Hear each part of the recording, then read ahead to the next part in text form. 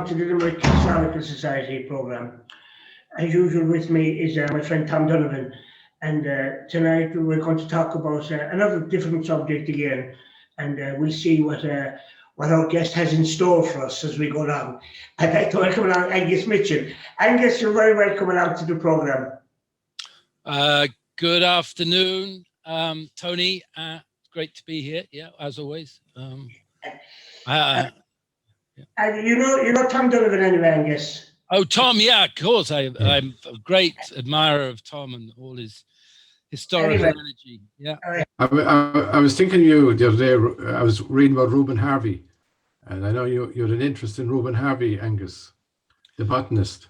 I do. I have a great interest in John, in William Henry Harvey. Yeah, absolutely. Oh, sorry, yeah.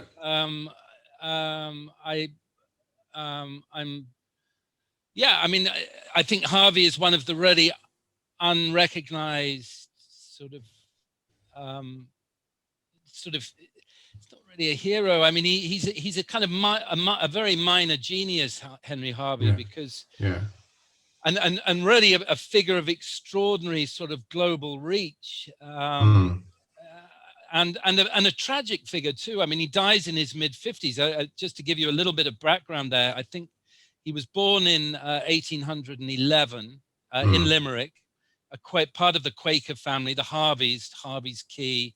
They were a big Quaker family, and I think his family at that time resided in the White House in Mary Immaculate, or which is now the part of the postgraduate school there, I think, or it was when I was out there. And Harvey then used to go on family holidays to Kilmore Quay and West Clare with his family, and he began looking into the tidal ponds, I think, and into the kind of detritus that lay across the beaches and the rocky the rocky landscape there beside the beach. And he started to become increasingly fascinated by seaweed. And then on a holiday, I think it was, to County Kerry in his mid-teens, he discovered a plant that he couldn't classify, and he sent that off to Hooker at Kew Gardens, who was the great botanist and director of the Botanic Gardens in Kew in London. And there began his lifelong immersion in British 19th century botany, which is an extraordinarily rich and fascinating world. And Harvey really belongs up there beside figures like Darwin. I mean, his confrontation with Darwin is fascinating because Harvey had a deep faith, and in a way, what Darwin's whole Origin of Species forced him to do was to confront issues of his faith that were very unsettling for him. And then he has this quite public argument or debate with Darwin. And there was an article written on that and published by the Royal Irish Academy a few years ago, which I think is available in open access. And he's someone who I've always wanted to write and do more on. And unfortunately, I have never managed to escape the vortex of Irish revolutionary history. And if only someone had the key that could liberate me, I would be there, Tom, writing about William Henry Harvey the next day. There's in the back of my mind is some flag of the world that has a flower that was discovered by Harvey. I can't remember what country. Well, I mean, he did it. He classified his great thing are just sort of botanical lists, and in terms of his academic contribution, and he wrote a number of classificatory lists of plant life. The major one is really his work on South Africa, on the Cape. Yeah. And, you know, that is a very rich botanical part of the world, one of the richest. Yeah. And he classified the botany there. And then he spent a while in Florida, along the Florida coast. And that was work he did on seaweeds. And there are these he wrote this, a volume of memoirs of his was published posthumously by actually his mother and sister, I think it was. He did marry very late in life, or in his life. He died in his mid-50s, but I think he married only a few years before he died.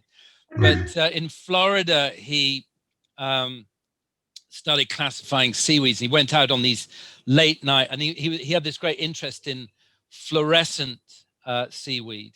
Yeah. And there are these beautiful descriptions in his memoir, which was really excerpted from his botanical diaries and research journals, of rowing during the night under very strong moons through these sort of fluorescent colored, sparkling seas of the Florida coast. I mean, it's exquisite. And the other thing about his memoir is that it is beautifully written. It is, you know, if you ever want to really, you know, it's as good as Hardy, really, or as Dickens. It is beautiful Victorian prose. It's clear, it's lyrical, it's very descriptive, it's stunning. Have you heard of him, Tony? No, never heard of him till about 20 years ago. Never knew about him at all. And I mean, I knew the family, who the Harveys were. The house you're referring to is Somerville House. Somerville, that's right. It's down at the end of what we call in Limerick, the Short Avenue. And it's now part of the teachers of Mary Immaculate. But I'd never heard of him till about 20 years ago. It's somebody brought his name up. And as I said, and I know the plaque is down there, and there have been several talks about him, you know. But I never knew that a kind of a Quaker would get involved in botany. I just didn't associate him with the Harveys. Anyway, that's. Well, he ends up as professor of botany at Trinity. But in order to take up that post, he had to renounce his Quakerism and join the Anglican Church, which he found difficult, I think, in some ways. No, he's a wonderfully, and you know, again, Limerick should be really pushing for him, because he really is one of those figures who connects Limerick to the wider world. And never heard of him now. I said amazing. But anyway, we get on to first of all, I just want to mention, Angus, you did that big tome you did. It's like Tom Donovan's book, and you did on casement. And Roger Casement, Sir Roger, as we should title him. No, wrong, Tony. Roger is his name. He first threw back his title.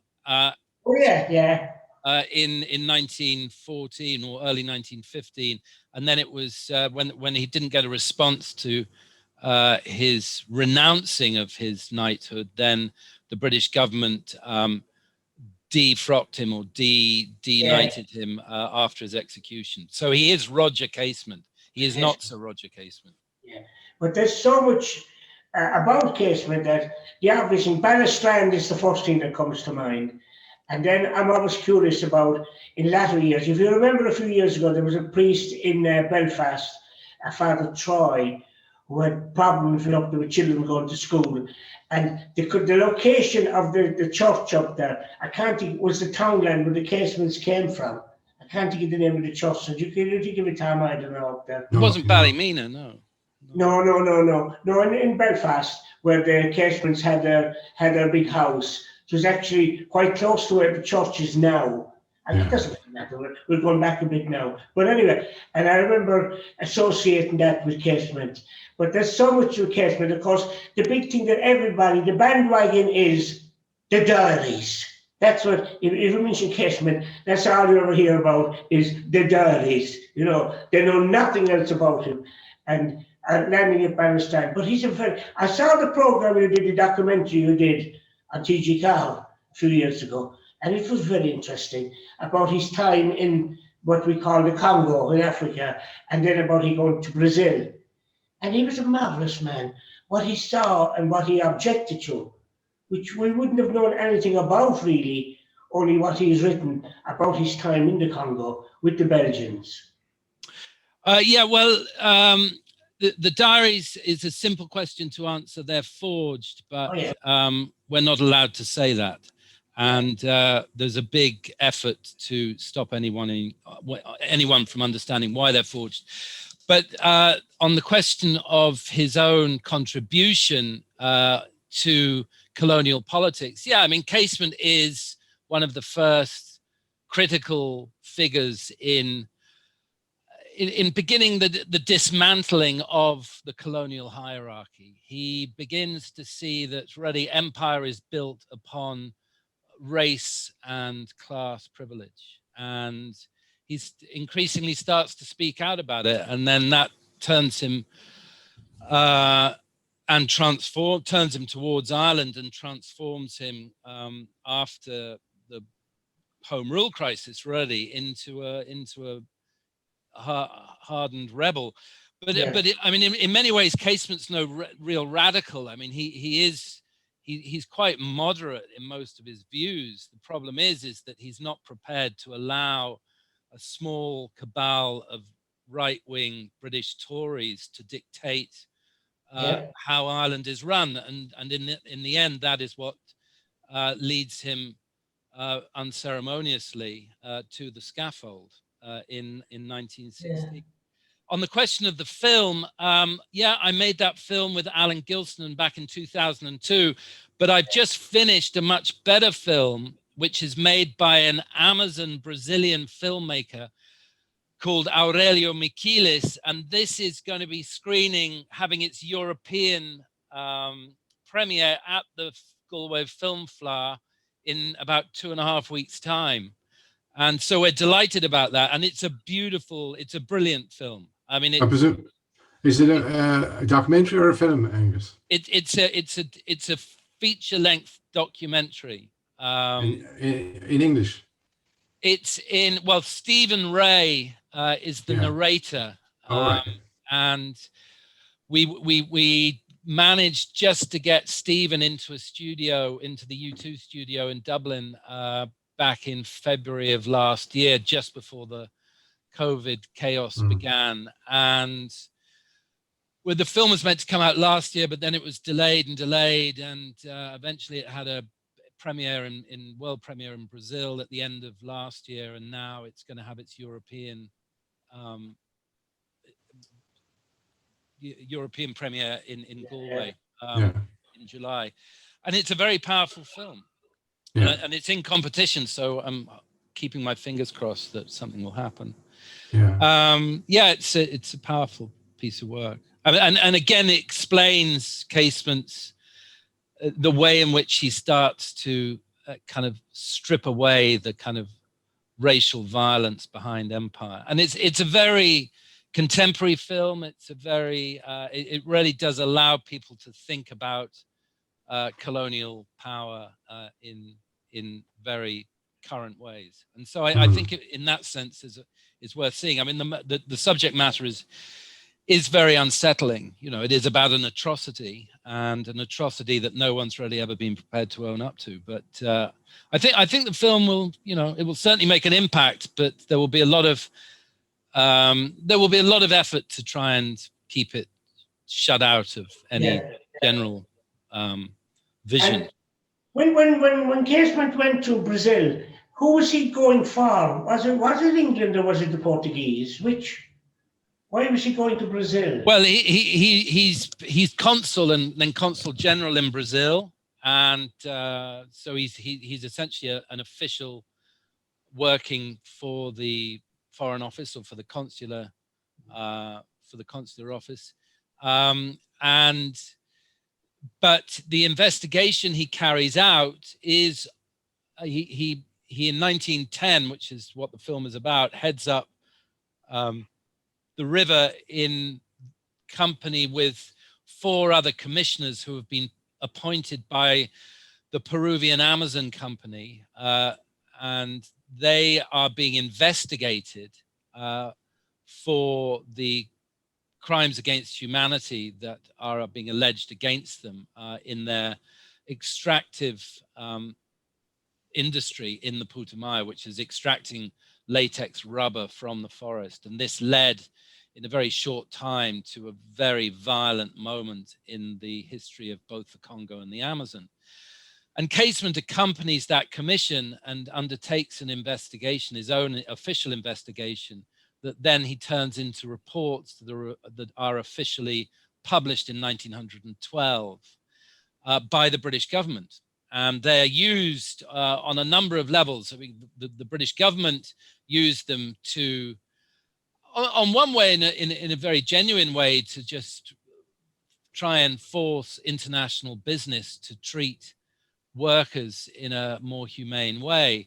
But also the reports are used in a strategic sense to bring about an end to the extractive rubber business in the Amazon, which during the previous 30 years has been the dominant source for rubber reaching the world market, and shift instead investment to British plantation rubber, which is about to come on stream in British colonial outposts in Java and, well, Java not in Borneo and Southeast Asia.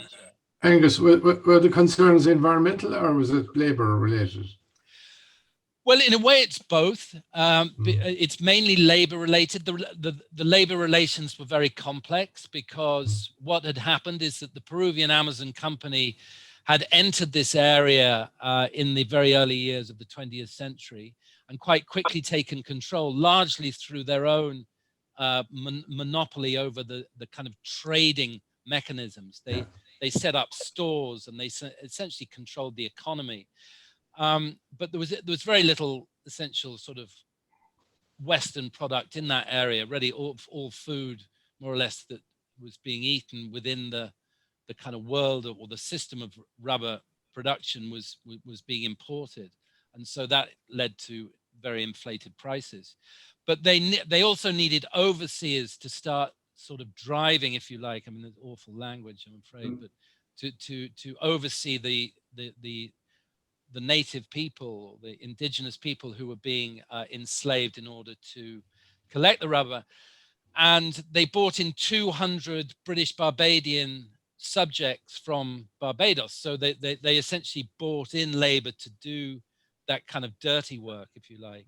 And so what you had in the Amazon when Casement goes there in 1910 to investigate is this quite complex hierarchy of colonial power relations. You had a relatively small group of sort of white men at the top of the pyramid, if you like, who were controlling the Barbadians, and the Barbadians were doing a lot of the quite unpleasant kind of organizing of rubber collection and sort of using the kind of iron fist, if you like, to enforce that the rubber came in on time, etc. And then the Indian world itself had been completely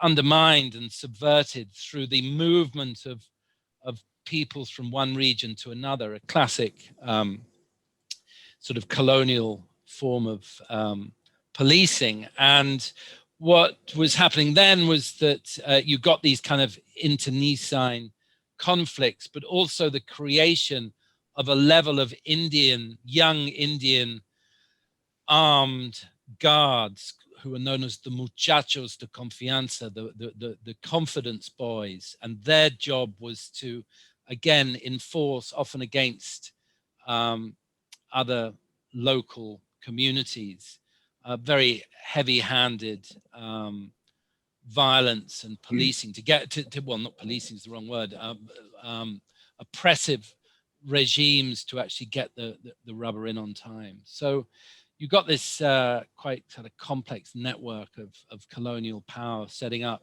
And what Casement does is, in the Amazon Journal, which was the book I edited back in the 1990s, which is now the film has been made into the film that I've just talked about, is that he begins to really dismantle that sort of racial hierarchy of violence. And it really is an extraordinarily powerful piece of writing, and one that in the end, drove him further and further into the camp of kind of armed nationalism, I suppose. Yeah. Who controlled the Peruvian company? Who owned it? Well, it was initially owned by Julio Cesar Arana, who actually came from a family of Panama hat makers from the kind of mountainous region in the sort of eastern side of Peru. But in 1906 and 7, he floated the company on the London Stock Exchange and raised a couple of million to sort of expand. And so when Casement went to investigate, and the reason that the whole issue became so contentious and scandalous was because it was perceived as a British-owned company. Yeah. And it was a British-owned company, and the board of directors were very influential figures who had, direct line to the most important people in the country. So it sounds like the East India Company, more or less the same thing, who controls it and who owns it, the same thing. No, I think that's right. I think, and it's not, in some ways, it's not so different to how a lot of corporations still function today, in the sense that those regimes of control, which are based upon race and privilege and the kind of metropolitan centers of power, London, New York, Paris, etc. Yeah, it's still in place. And I think I always think that there is both a cruel irony and a symbolic reason that Casement was executed in central London, and that his trial happened in the Royal Courts of Justice, which is the great neo-Gothic building right on the edge of the City of London. Imagine, yeah. They must have been delighted. I often thought this to myself. They must have been, the government at the time must have been highly amused that they could pin this revolutionary tag on him, being caught with guns, It's one way of kind of getting rid of him. They could call him a terrorist, in other words. Yeah, and I mean, that's absolutely right, Tony. I mean, the thing about Casement and Alice Stopford Green, who organized the gun running with him, and in a way, to a lesser extent, Erskine Childers, is that they were all really pacifists. I mean, Casement and Green in particular. I mean, they really didn't believe in war, and Casement's very controversial desertion, if you like, to Germany in 1914 was essentially a symbolic act that was trying to say, look, I really don't agree with this war. And he and E.D. Morel, who was the founder with Casement and Green and others of the Congo Reform Association, and Vernon Lee and a whole group of anti-war pacifists, we're all talking about the inevitable road to war well in advance of it breaking out in 1914.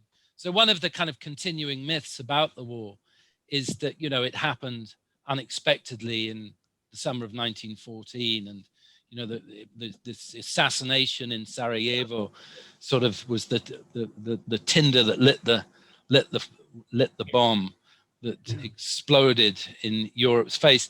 And that's really just not the case. I mean, European powers have been preparing for war for years in advance, and they just needed an excuse to allow it to happen.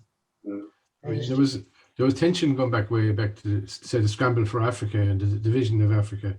There was tensions there between the different empires. So it didn't take much when the like you say, Sarajevo happened. It was just, if it wasn't Sarajevo, it'd be something else.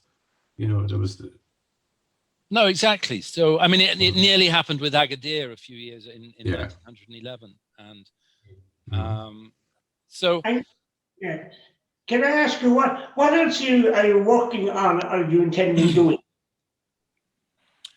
Well, I'm working on a good bit. I'm preparing at the moment an essay for a book that will accompany the launch of the film. And then also next week is the this month, really, the whole of July is the 200th anniversary of the independence of Peru from Spanish colonial rule. And the Peruvian government, or the Peruvian embassy here in Ireland, which is very new, it's only been there a few years, they've asked me to give a paper in a week-long series of events that they're holding. And so I'm going to talk about early sort of Irish-Peruvian connections.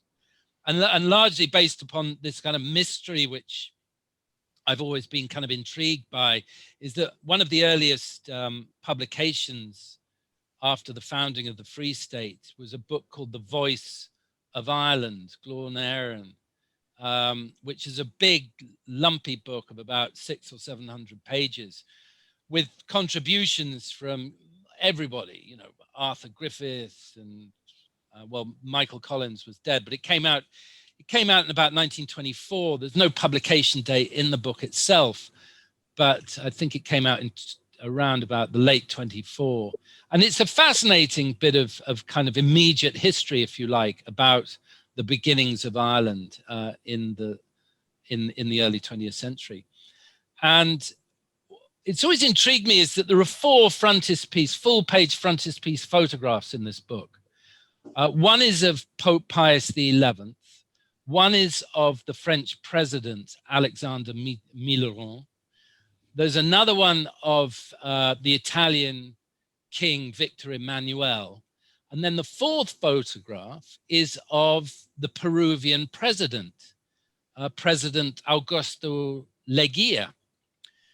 And I remember when I first came across that book, gosh, years ago, and I thought, why is Leguía there? Why is the president of Peru so visibly endorsing this kind of early publication of the Irish Free State? So the paper I'm giving is really about trying to explain why Leguia's photograph is there. So if you want to find out the answer, and I'm not sure if I have an answer, but I more or less have an answer, then you'll have to tune in on the 7th of July, 3 o'clock in the afternoon. Oh yeah, and that will be on Zoom, will it? That's a Zoom talk, yeah. Oh yeah, I have to tune into that. And I would never associate Ireland with Peru. I would personally. Well, you know, I was last year. I'm going to tell you a Limerick, Peru story now. I live in Ballinacurra Road, and that people still speak about a sweet shop that used to be on the corner of Lifford Avenue and Ballinacurra Road, and it was known as O'Mara's. It was a newsagent's and sweet shop. And at the end of last year, there was a generous obituary in the Limerick Leader about a man called Gerard O'Mara, who had died actually in New York, but had served for 60 years as a priest and a sort of missionary in I think some really seriously socially deprived areas of Lima and Peru. And you know, it was funny, I used to see this Gerard O'Mara all the time. He used to walk down, I mean, literally we live our houses are 50 meters away from each other, and he used to walk regularly down onto Ballinacurra Road. And you know, he was an oldish man. I mean, he was well into his 80s in the last few years of his life, but he really had one of those faces of someone who has spent their whole life doing good. I mean, it was extraordinary. I used to look at him and I said, God, that man has a rare, just absolutely has an aura of goodness about him. You said that when you see me, do you? Yeah, exactly. Very like you, Tony. How did you know? Hey, go on. But it was, and I was so furious with myself for failing to be more inquisitive when I read about his obituary in the Limerick Leader, to hear that he'd served in Peru all his life. But yeah, that was one connection. And there's another interesting connection. A Peruvian, Kevin Darcy, actually, who used to run that wonderful mecca of those who like gardens, Garden World, which has been sadly forced to shut because of the great kind of juggernaut of progress that Limerick has become. Anyway, Kevin, and he told, I was chatting to him once day. I was a great habitué of his of Garden World, and he told me one day that he had a great uncle who'd been in Peru, and that great uncle was a man called Father Felix Ryan. And Father Felix Ryan was one of the 4 Irish missionaries who was sent out from London, actually, the mission in Wood Green, is it also, in London, to the Putumayo, largely as a result of Casement's sort of energetic organizing to try and deliver some level of protection for the Indian people who were being exploited in the extractive rubber business. And so Father Felix Ryan lived on into the early 1960s. He actually blessed the plot where Casement was eventually buried in 1965.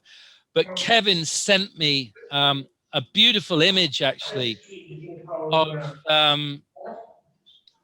he sent me an image of press any key, it says. Yeah, that's okay. Well, no, you're sorry, okay. Yeah. He sent me an image of Father Felix Ryan. Can you hold a second? His power went there on the computer. So if you just repeat from whatever a point, I can cut out. Kevin found a photograph. Just after Kevin, Angus. Yeah. Well, shall I begin the story again? Yeah.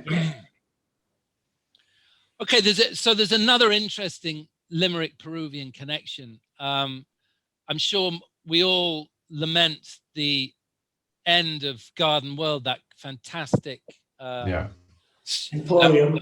Emporium that used to be down on Ellen Street, and which, for anyone who loved the world and the plants and nature in general, didn't regularly drop into Garden World to admire, if anything, their Christmas statues. They're very anyway.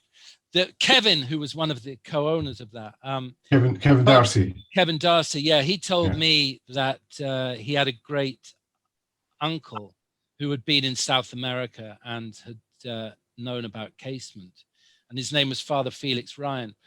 And I was when he told me that, I was delighted. I said, "Oh gosh, do you have anything on him?" And Kevin did. He had some articles from the Sunday Press, interviews that Father Ryan had given at the end of his life, and a bit of correspondence. And I've kind of kept that on file. And then when I was asked to give this Peruvian talk, I kind of dug it out again. And I got back in touch with Kevin, and I said, "Have you got anything else?" And Kevin said, "Oh yeah, I do actually. I have a brilliant photograph of him with De Valera, again towards the end of his life, and I'll send you a copy of it." So he sent me along a copy. And then actually Father Brian Murphy up at Glenstall, he put me in touch through the Irish Franciscans with the archivist in the UK who looks after the Franciscan library there. And I was able to access quite a lot of information about that mission that went out to South America. Including a photo. Anyway, this is all part of my Peruvian talk on the 7th of July. So I'm not going to give you give it all away. But again, what you begin to see is that when you do start scratching the surface, it's amazing just how remote you can find the connections. If you think about William Henry Harvey, Limerick missionaries in Peru, it's all there. And it's often like when people criticize the church, this, Roman Catholic Church, they forget the good that the church did for education, missionaries. That's thrown out with the bathwater. I mean, like, it's not to ignore the bad things that happened, but I think sometimes the good that these people did, in far-flung countries. I completely agree. I mean that you could see with that guy Gerard O'Mara. I mean, he would have toiled, and if you go into some of those areas of South America which have been completely forgotten by the states that are supposed to kind of protect them, and in a way, those types of sort of missionary influences are all they have in terms of education. Yeah. And health too. So yeah, I mean, how does one access that lecture on the 7th of July, Angus? Well, actually, Tom, I'll send you and Tony I'll send you an invite. I mean, I can send you one now. Do you want me to put it up in the chat? Yeah. Okay. Yeah. Yeah, look, I'll put it up in the chat. Hold on. But let's carry on speaking. I will. Yeah. Okay. No, I'm very curious now about that, because as I said to you a few minutes ago, I would never associate Peru with Ireland. I can't even think of anybody that, when you're reading things in history, you find out that such a fellow went to Argentina, somebody went to Rio, obviously the Caribbean, but you'd never come across Bolivia or Peru. The only thing I can think of with Bolivia is Che Guevara, and that's very far out, but you never hear of Peru connected with Ireland, for that matter. No, I mean, I kind of completely agree. But actually, I mean, the whole independence movement 200 years ago was again wired into Ireland, because Ambrosio O'Higgins, who became Viceroy of Peru, was of course from exactly, was from Mayo, and then moved to Westmeath, or his family moved to Westmeath, and then his son Bernardo O'Higgins, who, if I'm not mistaken, was born in Lima, although he's more associated with the Chilean independence struggle. But he's on some of the banknotes, Chilean banknotes. Bernardo O'Higgins is on banknotes from Chile. Exactly. Yeah. And so you have those two figures who span the end of Spanish colonial rule and the beginning of independence, Republican independence in South America. But you have a lot of other connections. I mean, again, there's now quite a strong diplomatic connection between Ireland and Peru developing, and this to some extent extended from President Michael D. Higgins's state visit to Lima and Peru and Colombia and Cuba back in February 2017. And there was a fantastic moment when President Higgins stood up in the Peruvian Department of External Affairs and made this extraordinarily moving speech about Roger Casement, partly about Michael D. Higgins's own recollections of traveling in Peru when he was much younger, and also a number of different shared histories and memories, the well of shared memories, I think he referred to, between the two countries. So it's kind of interesting to see what is beginning to emerge. And then the day I'm giving my talk, there's another young academic from Maynooth, Kieran O'Reilly, I think is his name, or Kieran certainly. And he's going to be talking about this man called Grace, who was an Irish New Yorker who built many of the railways in Peru. And that railway system has not really changed since the 1920s. I mean, they've got different locomotives, and Yeah. some of it's been updated. But if you Yeah. want a really exciting holiday, then go to Peru and take the trains, and you'll have a fantastic. I'd like to see Machu Picchu. That's all, you know. But I've no desire to go on the railways. I saw a program about them, and they go up, and it's a very narrow gauge that the trains are on, and they're fabulous, really. But I don't think I'd like to go on those at all, you know. Anyway, you can watch Michael Portillo. That'll do. you know, he was there actually. He did the Peruvian railways. But having said that, so this talk anyway, Angus, is on the what date again? The 5th of this. No, it's on look. What I'll do, it's on the 7th of July, and this week. That's next Wednesday. Wednesday. It's next Wednesday at 3 in the afternoon, Yeah. and I'm sorry. I tried to paste the. You can give it to me later on. Look, hold on. Yeah. I'm going to see if I'm going to try again to get hold of it. Anyway, it's Wednesday. You can sing. Yeah, I'm afraid I can't get. You can say once I have it before. Actually, hold on. I can get it.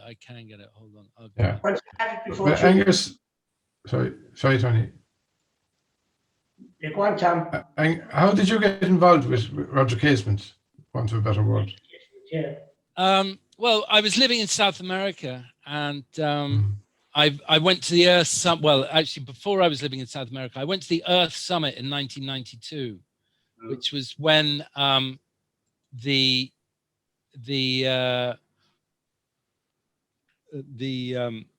world's leaders. It was the biggest gathering of world leaders, I think, ever to take place, before or since. And that was ready to try and sign some accord over cutting carbon emissions.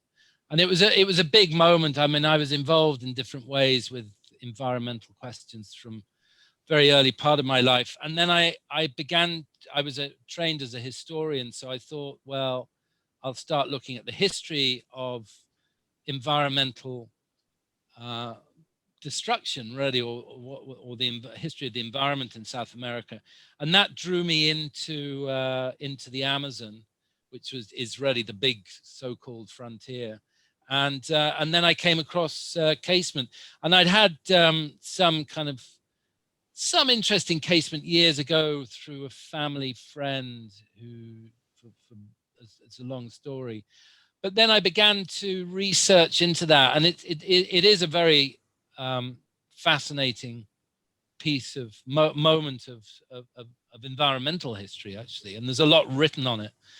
And then I got dragged into the kind of vortex of Irish history, which is a different kind of game altogether. But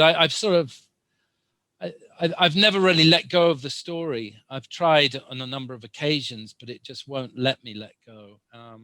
I'm hoping that, with the film now, and then next year, they're putting a 13-foot statue up to Casement in Dublin. Oh. It's a magnificent piece, produced or sculpted by a guy called Mark Richards, very well known. He's Welsh, I think, actually, sculptor. And he's finished the work, and it's going to stand in the redeveloped baths area of Dunleary, beside the harbour. And it's a very, very imposing piece. It's actually going to be, I think, really the most expensive piece of public art commissioned during the decade of centenaries. And what's ironic is that, when statues around the world are being torn down, especially of white men, Dunleary Rathdown has decided to put one up to Casement. And, I suppose I'm in two minds over that, because I'm not a great advocate of the great man view of history, although I seem to have spent a lot of time dealing with it. Well, not a great man. I mean, he's the opposite in a way, Casement, because he's disgraced and executed and a traitor, and in many ways is a kind of anti-great man. But I think statues in this day and age are on a whole number of levels problematic. But I've as I've been involved with the project itself, I've become, in a way, a lot more a bigger believer in it, really. And I think it's going to be an interesting moment, because the great thing about Casement is he represents so many different things to so many different people. He is a kind of essentially an embodiment of this dreaded sense of shared history, in the sense that, you know, one of the people who has written most about Casement is part of the inner circle of the Ulster Unionist Party, and one of the great advocates of gay rights, not just in Ireland but in Europe, and has an OBE. And yet there, you know, you can read Gerry Adams on Casement, you can read a whole number of other people on Casement who would have a completely different view. So in the end, he's become this, what they call a tabula rasa, a blank slate upon which all these different.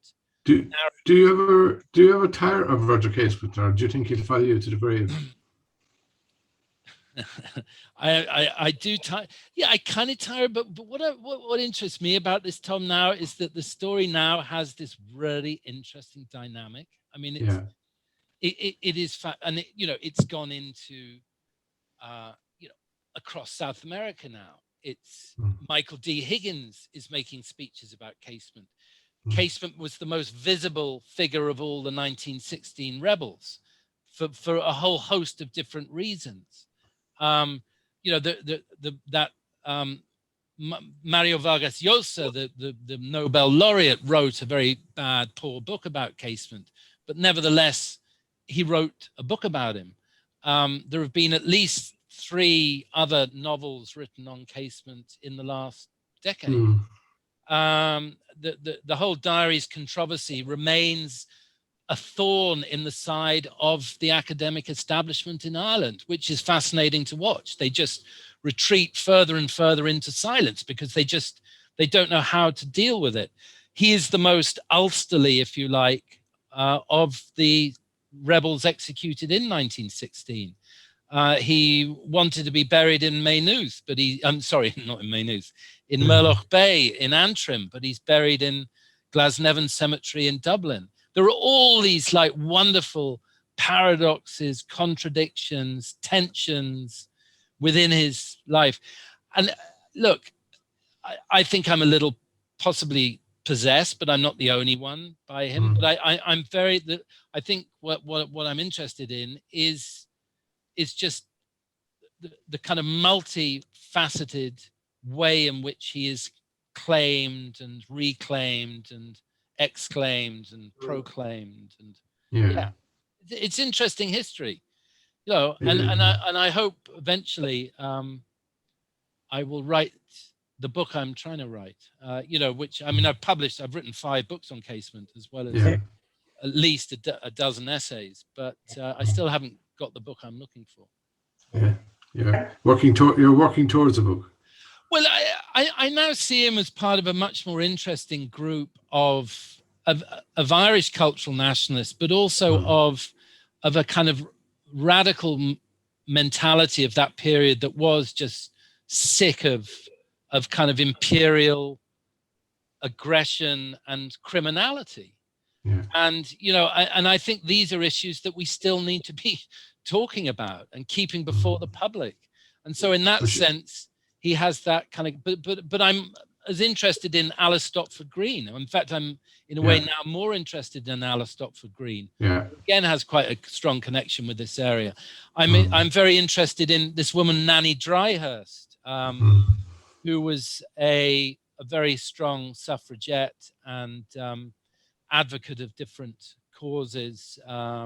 She worked with Prince Kropotkin, the you know, the kind of the anarchist philosopher who was kind of close to William Morris and the arts and crafts movement in London in the 1880s. But she, in the end, you know, helped edit and distribute his newspaper, Freedom, which, of course, you know, there's an article recently came out that the newspaper that began in Limerick, Irish Freedom, and was financed by the Daly family, was kind of rooted in the kind of politics of this other newspaper, Freedom, which was the newspaper of the anarchist movement, centered in London, which was a paper that actually carried on until the I think the early 2000s. Was it just coincidence that the same name, or were they? No. There is a belief that Bulmer Hobson and other figures involved in the kind of editorial were deliberately making that connection.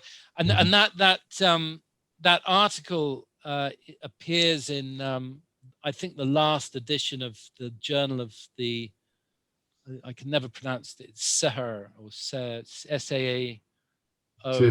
Seher, Freedom. Yeah. No. Is that the Journal of the Labour Party of Ireland, that academic Labour journal in Ireland? I think there is a journal, Seher. Yeah, that's the one. That's the one. Yeah, that's the one. I'm pretty sure. So that was that's that. And then I recently gave a paper on. I'm interested now in looking at the kind of the recalibration of historic space in Ireland in the early 20th century, and I'm looking at what does that mean? Well, it looks at essentially how, I mean, it's something that in a way someone like Brian Friel looked at in Translations. This idea that part of the conquest of Ireland was about mapping it and controlling space, naming space and delimiting and delineating space with kind of roads and points and all that in a way the kind of topography of a map. Whereas what I'm beginning to research into now is how in a way a sort of counter cultural space begins to open in the late 19th, early 20th century. And you see this in a way with the most obvious advocate of that is Tim Robinson, the late and much lamented Tim Robinson, who mapped Connemara and the Aran Islands and wrote some of the great works on Ireland of recent years, and tragically with his wife died of COVID last year whilst living in London, having spent most of his life in the west of Ireland. And but Tim Robinson's maps, if you look at them, they're all about trying to sort of in a way retrieve a more ancient geography in Ireland and place it on top of the kind of existing geography that we now understand through Ordnance Survey or Google Maps, for instance. Yeah. But my interest really boils down to a very specific interest in the Hill of Uisneach, and which is that point in Westmeath which became a site for a whole series of gatherings in the early 20th century, largely promoted by the Gaelic League, and there was the first big meeting there in 1906 after the Oireachtas, and then there were a few others, and then they carry right on until essentially the excavation of the Hill of Uisneach in the late 1920s by two figures who are very well known in terms of cultural politics in the early 20th century, R.A.S. McAllister and Robert Lloyd Prager, the great natural historian. I climbed up to see it a few years ago in Westmeath. I was curious about it, to see this big mound. The stone. The stone. Yeah, I climbed up to see it. It isn't that far from the main road, really. It's the walk isn't too bad up to it. But it's a fascinating site. I mean, there've been so many of these sites all over Ireland, and I've been to quite a few of them over the years now, different ones, different sites. But Uisneach there was never really much talk about Uisneach when I growing up. You never really heard about it. I think the Gaelic revival kind of stall after we got our independence. You know, It's true. Yeah, Yeah. there was more. Yeah. Well, you see, Tara, there are two sites really. I mean, Tara is the site that to some extent is most obviously associated with, you know, kingship and in a way the whole, the kind of, it's the embodiment of kind of almost power. Whereas Ishnuk, I think you can sort of almost gender them. Ishnuk is in a way a more kind of feminized site. And under the Stone of Divisions, it's always said that Eriu, I think, was buried, who was the kind of the kind of mythical figure whose name gave rise to Erin and Ireland. And what's interesting is that the Stone of Divisions becomes this, in a way, this sort of liminal space between all the different provinces of Ireland, and the 4 and some would say 5 provinces, Meath being the 5th province. And so as it was being conceptualized in the early 20th century, it becomes this place of both sort of sort of collective kind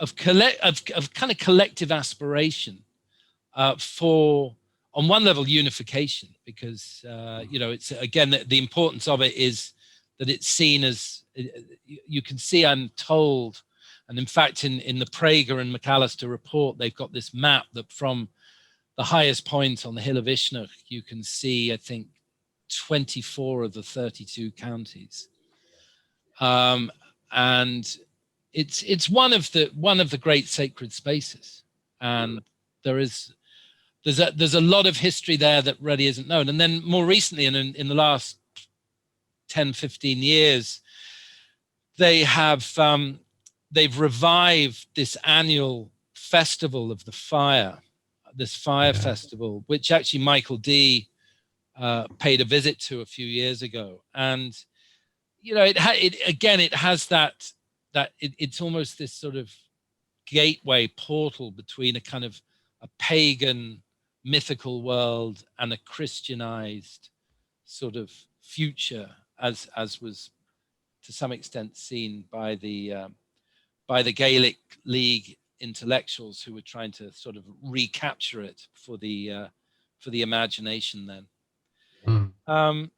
Look, you can tell I'm still formulating my argument and thoughts about this, but I think it's exciting because there's a lot being done, or quite a bit at the moment being done, on this way in which, you know, a new type of Irish space becomes a critical part of that revolutionary moment. And in fact, if you look at the you know, that Atlas of the Irish Revolution, you really get a sense of that when you start seeing how, you know, in a way that you know, the kind of mapping of the Gaelic League and as well as the emergence of different kind of volunteer battalions across the country starts to lead to something, you know, national and invincible, and forces ultimately Britain or English military force out of the country. So yeah, I'm working on that. Yeah. What are your thoughts on the centenary of celebrations and how it's gone? You know, I think it's really too early to tell. I must say I'm having real problems at the moment in how it's being curated. I think there are people who are very much in, and there are people who are very much out, and there are definite narratives being forced upon us without either precaution, without the application of in a way, the precautionary principle or due diligence. I mean, I find, I mean, it interests me looking at a figure like Mary Daly, for instance, that you know, who's been at in the heart of the Mother and Baby Homes Commission debacle, how she has, in a way, still manages to take a pretty central position in terms of who gets the right to speak about something like partition.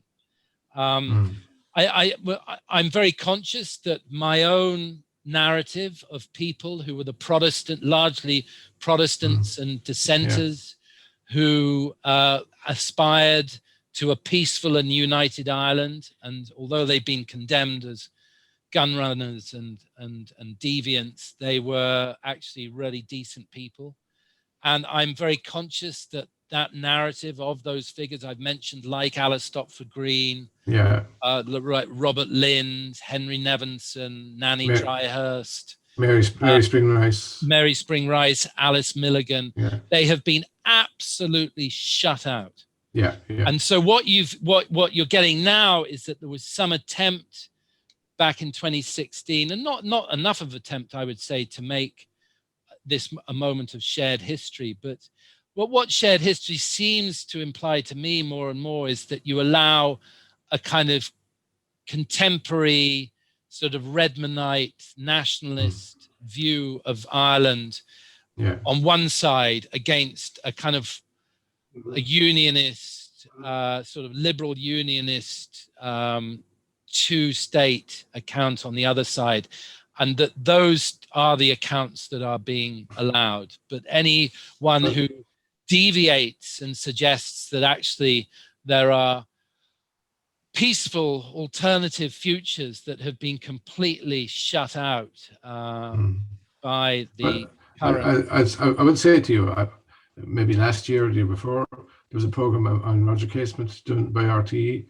and they had a lot of people on it who I wouldn't have considered experts or know about him. And there was one missing elephant in the room, if I want to use the cliche, and that was Angus Mitchell. You weren't on it. And I was amazed, like that you, like, who have written so much and, you know, studied Casement so much, you weren't. Maybe I didn't discuss this with you now before, but I was amazed that you didn't get 10 seconds on the program, you know. No, and I'm afraid to say that wasn't the only incident of that. I mean, there was there's been a lot of money, actually, of academic research funding put at the disposal of creating a kind of sense of a global Irish revolution. And that has looked at essentially this much broader network that was being created. And there was a conference held in early 2016 in Oxford that, you know, all the high priests of Irish British history were involved in. Professor Mary Daly was there, Professor Roy Foster, the embassy were involved. And, you know, it went on over 2 days, and there wasn't a single reference to Casement or to Alice Stopford Green. And I just thought, well, this is what we're witnessing really is censorship here, because they are just not allowing certain narratives. I mean, the worst incident of this, and I don't think it was Michael Dee's fault, but if you look at the speech made by President Higgins on the centenary of the Howth gun running, and this is something that we are all involved in different ways in terms of commemorative remembrance. And if you look at his speech, he doesn't make a single reference to either Bulmer Hobson or to Alice Stopford Green. And you just think, well, you know, Hobson was the guy who in a way had the hardest task, which was to get the guns off the boat and get them into safe hands or into the thatch. Stopford Green provided the money. And she and her family provided the money. And she's referred to as the daughter of an Archdeacon of Meath. And you think, well, why are you not mentioning her by name? And you know, I suspect it looks to me as if someone wrote that speech for him. But I think you really got a sense that there are narratives that are being very, very severely discounted. I got a phone call from a guy there last year, and he said he wanted the group wanted to commemorate. And now I suspect they were getting money from some fund, the Centenary Fund, to commemorate somebody. He said, we want to commemorate somebody who was shot during the War of Independence, but we don't want to do a policeman. And I said, why not? He said, well, there's too much controversy. No, he wasn't anti-RIC or black and tans, but he just didn't want to draw it on him, as he said. You know, but I thought it's like as you say, there's censorship in there. You know, you can't mention, like, it's no more than the clergy. There was good and bad in police, and you know, if somebody was shot, surely you can put down a plaque and say that person was shot there. You know, so. Yeah, I mean, I agree, and you know, it was funny. We put this the figure I was interested in properly remembering over the last decade or so was Bulmer Hobson, who of course died in 1969, and I don't think either of you were at the unveiling of the plaque that we managed to have in a very reserved way back last year. And actually, we've made a little film of that, which is very nice. And we'll hopefully, when things get up and going again, we'll show that film, which was essentially a film of built up around photographs of Bulmer Hobson and his family and various events. And that sort of is the background for the speech that was made that day. But you know, again, you just see a figure like him, and he's a kind of interesting intellectual figure of that period. He's not really radical. I mean, Bulmer Hobson was just a decent Quaker with essentially a left wing, a slightly sort of left of center social justice agenda, if he had an agenda. I mean, he was a brilliant organizer. I mean, he was on the wrong side of history in 1916, which in some ways he never got over. But he's a fascinating figure. I mean, he's an absolute giant of that period in terms of organizing Ireland for independence. And then his publishing side is also equally fascinating. But there was no real effort to make any kind of national recognition. Well, actually, that said, I must slightly qualify that by saying that there was a very understated exhibition in Dublin Castle, of all places, which is where Hobson spent the last couple of decades of his life working on Bulmer's life. So, and of course, he dies in Castle Connell, which is why we put a plaque up on the house where he died. But could I ask now, as an outsider on that, not about censorship, who organised that plaque and who was invited? I never heard about it. How's that? Well, Tony, I'll tell you, Henry Nash was really the instrumental driving force behind it. And also Bulmer's son-in-law, who had the remarkably appropriate name of John Mitchell, who is still alive, aged 94, I think, and lives in the house. And Henry and John Mitchell are friends. You know, and they meet up regularly. And I think it was during the COVID restrictions. So the whole thing. Yeah. We were going to have a proper event, and we were going to invite everybody. And then it dragged, and Henry wanted to get it up, and you know, there was another winter looming with COVID, and you know, John was 93 and he really wanted it up. So in the end, we had this small event of, I think there were about 20 people there, mainly family and very local people, like friends of Henry's.